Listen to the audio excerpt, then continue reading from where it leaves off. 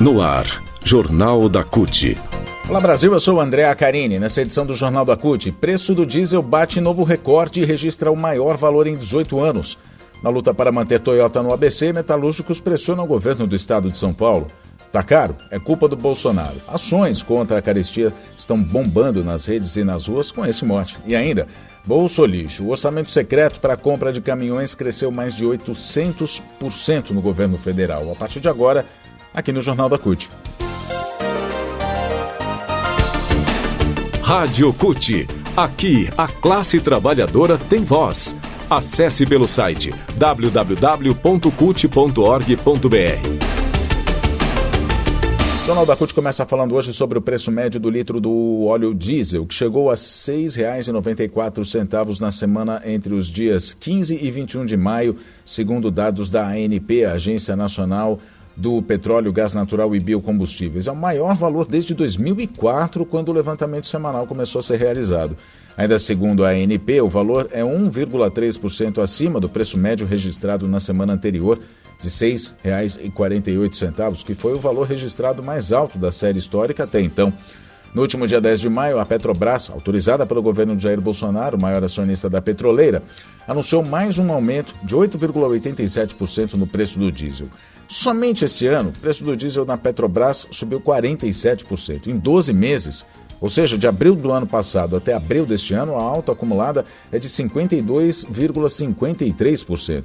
O preço mais alto encontrado foi no município de Cruzeiro do Sul, que fica a 636 quilômetros de Rio Branco, lá no Acre.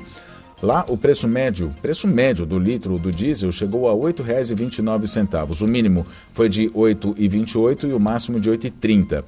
Na capital, os preços também dispararam. Na capital Rio Branco, o preço médio do diesel foi de R$ 7,56, mínimo de R$ 7,24 e máximo de R$ 7,85, chegando aí a média de R$ 7,56.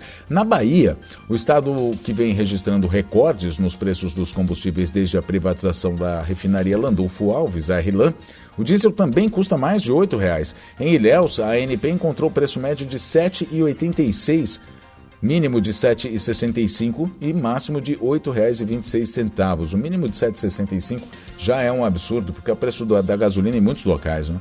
O mesmo em Porto Seguro, onde o litro do diesel custou em média R$ 8,07 na semana passada. Os preços lá em Porto Seguro encontrados foram de R$ 7,83 a R$ 8,26.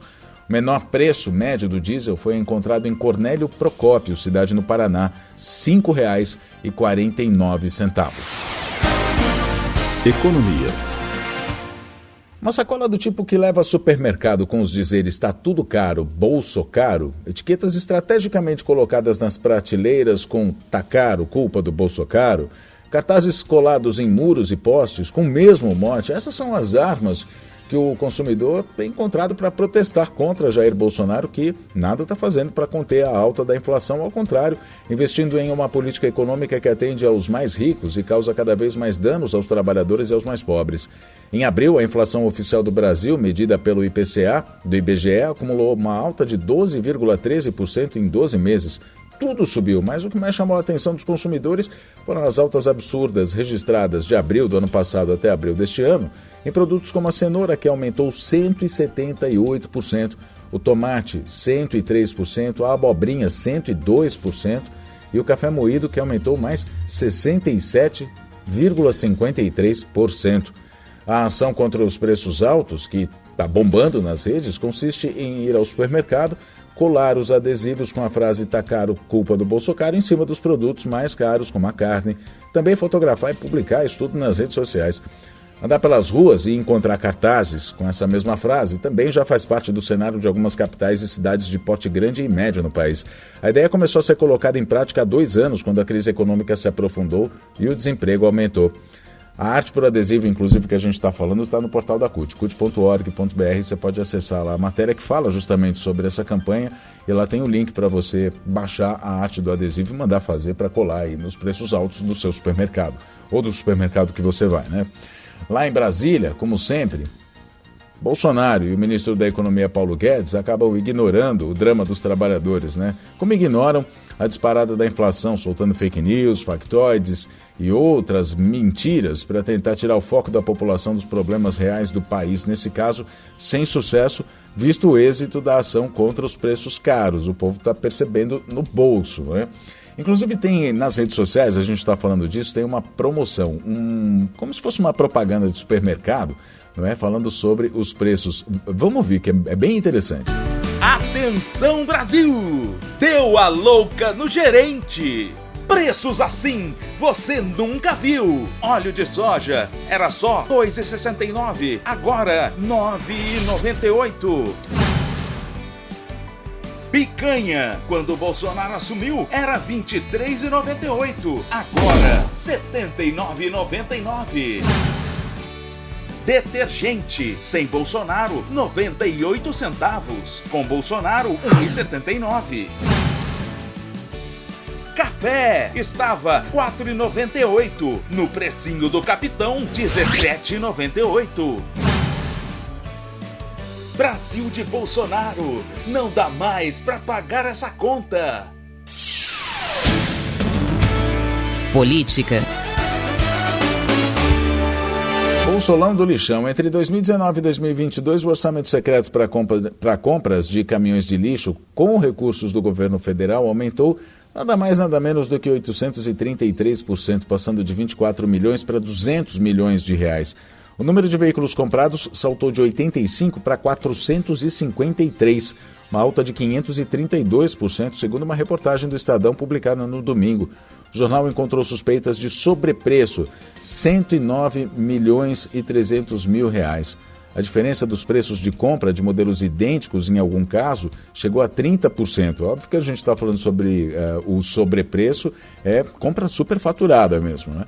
Em uma outra reportagem publicada nesta segunda-feira, o jornal Estadão mostra que, por meio de emendas do relator, sem transparência e sem que o nome do parlamentar conste no documento, o ministro da Casa Civil, Ciro Nogueira, destinou 240 mil reais para a compra de um caminhão de lixo fornecido pela empresa de uma amiga dele, a Carla Morgana Denardim, que é dona do grupo Mônaco Diesel Caminhões, Ônibus e Tratores Limitada, para uma cidade pequena que não comporta esse tipo de equipamento.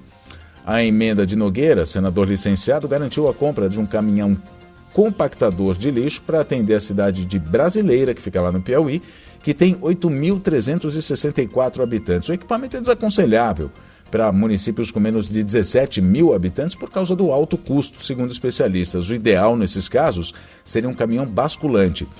Desde que Ciro Nogueira virou ministro, a empresa de Carla, amiga dele, ampliou a venda de veículos compactadores de lixo para o governo federal e já conseguiu, inclusive, um contrato no valor de quase 12 milhões de reais com a Companhia de Desenvolvimento dos Vales São Francisco e Parnaíba, a Codevasf.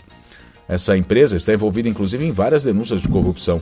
De acordo com as reportagens do Estadão, o esquema que já está sendo chamado nas redes sociais de Bolsolão do lixão, ou melhor, Bolsolão do lixo, abastece pequenas cidades de redutos eleitorais e aliados do governo. Funciona por meio de órgãos controlados pelo Centrão, que é aquele grupo de partidos que apoia o presidente da República, bem como a Superintendência do Desenvolvimento do Centro-Oeste, a SUDECO, e a Fundação Nacional de Saúde, a FUNASA, além, claro, da própria Codevasf, que a gente disse agora. Por meio de emendas do relator, o dinheiro é remetido e apadrinhado. É o orçamento secreto que a gente está falando, né? Ele é remetido a apadrinhados políticos que fazem licitações, em muitos casos com preços superfaturados, como foi o caso dos kits robótica de Alagoas e dos caminhões de lixo. No caso dos caminhões, a entrega do veículo geralmente é feita em atos políticos com a presença de parlamentares, como fez Fernando Collor de Mello, que agora está no PTB, em Minador do Negrão, cidade que fica no interior de Alagoas, em 2021. Giro Sindical. Na luta para manter a Toyota no ABC, a fábrica já tinha anunciado que ia fechar as atividades, né? Ia fechar a planta em São Bernardo do Campo. A direção do Sindicato dos Metalúrgicos do ABC cobrou apoio do governador de São Paulo, Rodrigo Garcia, e do prefeito de São Bernardo do Campo, Orlando Morano, ambos do PSDB. E deu certo. Eles garantiram ao presidente do SMABC, o Moisés Celerges, e ao diretor administrativo do sindicato, o Wellington Damasceno, apoio para a permanência da fábrica em São Bernardo, uma reunião realizada no Palácio dos Bandeirantes na quinta-feira passada. O governador Rodrigo Garcia disse que vai convocar uma reunião com a cúpula da montadora para tentar reverter o fechamento anunciado no mês passado. Ao todo, 580 empregos estão em risco, sem contar os prejuízos para o município. O presidente do sindicato, o Moisés Seleges, afirmou que a manutenção da Toyota é importante não só para os empregos em São Bernardo, mas para o ABC no geral. Para ele, a reunião foi fundamental e estratégica para convencer a montadora a permanecer na cidade de São Bernardo do Campo. Em uma audiência de conciliação realizada no dia 11 de abril, no Tribunal Regional do Trabalho da 2ª Região, foi determinada a criação de uma mesa de negociação para verificar a viabilidade da permanência da fábrica na cidade. O Jornal da CUT fica por aqui. Muito obrigado pela sua companhia. Nós nos falamos na próxima edição. Até lá.